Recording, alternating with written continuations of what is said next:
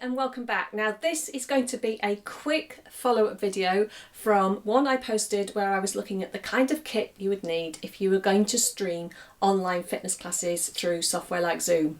So a lot of you have now seen what kit you need, but I've been asked questions about the kind of cables that you need to connect it all up together and how does it work. It is a little bit complicated when you first look at it, but actually if we just break it down, you'll see that you just need the right cables to do the job. You can hook it all up and get it going.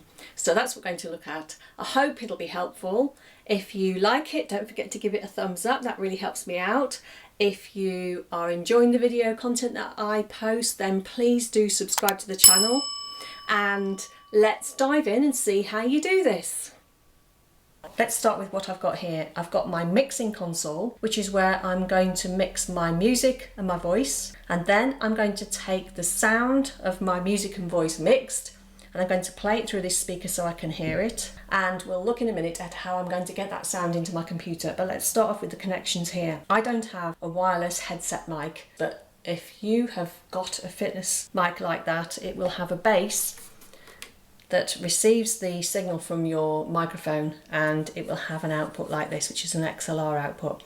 Now what I'm going to do is I'm going to demonstrate this with my standard microphone. The principle is exactly the same, but you will be starting with a base like this if you're using a receiver from a headset mic. You'll notice that I've got everything turned off and shut down because I don't want to have everything connected up to the speaker which is turned on, which is going to maybe damage the speaker. So let's do it in order. So first of all, I'm going to get my XLR lead. This is my standard microphone lead. This is the first lead you'll need to connect your microphone up to the mixer. So one end will connect to the microphone like so, and then the other end will connect to the mixer. Okay, so on this mixing desk, I've got two microphone inputs. I've got preamps attached to these so I can turn up the gain on the microphone here, and I can also adjust the volume here. Okay, but we'll do that in a minute. So my phone is where I'm playing the music, so you might have some kind of media player, some source for your soundtrack for your class. The sound either comes out of the speaker on the phone or media player, but it also comes out of the headphone port, so that's what we're going to use. I need a cable that looks like this. Now on one end it's got something that looks like the plug on a set of headphones. It's a mini jack, 3.5mm, 1/8 of an inch, okay, stereo. So that will go into the headphone port of my phone, and then it splits into a left and right 2 1/4 inch jacks, and they will connect into the line inputs on the mixing console. You see I've got 2 sets, but I'm going to use sets 3 and 4 here. So just connect those in. Red is right. Okay, so, and I've got a knob here that I can turn to adjust the level of this output here. So you're getting the idea that we've got two places we can adjust the levels of our 2 inputs, the microphone and the phone. Now we want to hear this, so I've got another cable that looks the same as the one I just used to connect my phone up. It's got the mini jack again because I have got a speaker that has got an aux in, which is the same size, so I just plug that in there. Now you might have a more sophisticated speaker with a different kind of input, but lots of speakers have got an aux in like that. It splits into these 2 mono jacks here. They connect into the outputs of the mixing console here. So again, left and right. So now I'm getting my sound in, and my sound is going to be coming out to this speaker here so I can hear it. So while I'm speaking and while I am giving instruction, I can hear the music. So let's get the mic working first. So the mic's all connected up. Now the speaker is off. What I'll do is I will turn this on, okay, and then I will power the speaker on here, right, while all the volumes are down. Okay, so the speaker's on, and now I can gradually adjust the volumes up. All right then, so let's turn up the gain on the mic, on the preamp, there, and let's start talking here. Okay, I'm going to take that up to that level there. There's a little notch on this level that suggests an ideal level, okay, and gradually turn up the volume here and speak and you'll see that gradually I get to the point where I can hear my voice from the mic going through the speaker. Excellent. Now I've just got to be careful where I position this mic so I don't get lots of feedback from the speaker. That's sounding all right. So that's my microphone. Now I just need to get the music working. So let's turn my phone on. I've got a track on here, so I'll start that playing. Okay, I'll just check the volume is up on my phone. Yes, it is. And then I can gradually adjust the level on lines 3 and 4 here.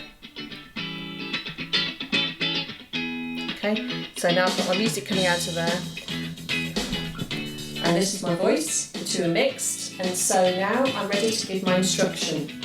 Okay, so left, 2, 3, 4 and right, 2, 3, 4 and left, 2, 3, 4. So I'm actually going to just turn all this down because I don't need that up now for demonstration purposes. I've now got my inputs coming in here. I can play with the levels here until I've got the right sort of levels, play with the overall volume here. Now, because this is an analog mixer, I cannot connect it directly up to my computer. I need to connect it to my computer via what's called an audio interface. Audio interfaces come in all shapes and sizes. This happens to be one that I've got, okay? And the important thing about this interface is that it's got 2 line inputs here. Well, they're multiple inputs, but I can use them if I switch to line, like so, okay? So if I just turn the faders down on that, and then what I will do is I'll connect this to my computer via the USB lead, and then this will become the device that the computer sees. But I've got to get the sound into this, so the sound goes into this, and then it gets turned into a digital signal that the computer will then be able to stream through Zoom. All right, so this is our last connection here. Now this mixing console has 2 lots of outputs. These are the hugs outs, if you like, that are using to monitor the mix here. But also I've got my main outputs, and they are XLR outputs. So I've got cables here that on one end have an XLR output and on the other have a 1/4 inch jack, and so I'll plug that into there. Again, you notice I've got the volumes down for doing this, and connect that to the left input here. Okay, so that's 1 down. Okay, output into here. Now it's just a case of me making sure that this is at the level that I want it to hear through my speaker and to get a good signal into the interface. And here I've got gains that I can adjust here. Now in some interfaces you'll find you've got a control panel on your computer rather than hardware controls on the interface. It depends which interface you've got. You have to kind of refer to the manual for your interface, but this one, very straightforward, it's all on the interface itself. USB lead, connect it up to the computer. The sound's going to come out of here into this box. This is going to do its magic, and it's going to stream through my computer. And that is how it all connects together. Now that you've got your hardware set up, you just need to go to the settings in Zoom and go to the audio tab and make sure that you select your audio interface as the microphone, because obviously the sound is streaming from your mixer through the audio interface. You can choose here where you hear the sound from Zoom as well, which you'll want to do when you're testing the microphone. So you can connect headphones to your audio interface, or you could use the computer speakers. Make sure you also go into the advanced settings and choose the following options. Tick the box to show in meeting option to enable original sound from the microphone, and make sure that you disable the background noise suppression.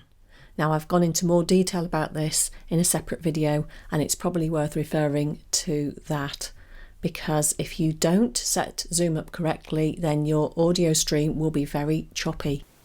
Okay, well I hope you found that helpful. Any more questions, don't forget, post them below. I'll try and get back to you, or maybe it will give me an idea for future video content. Don't forget to subscribe, that really helps me out, and hopefully I will see you next time. Thank you for watching.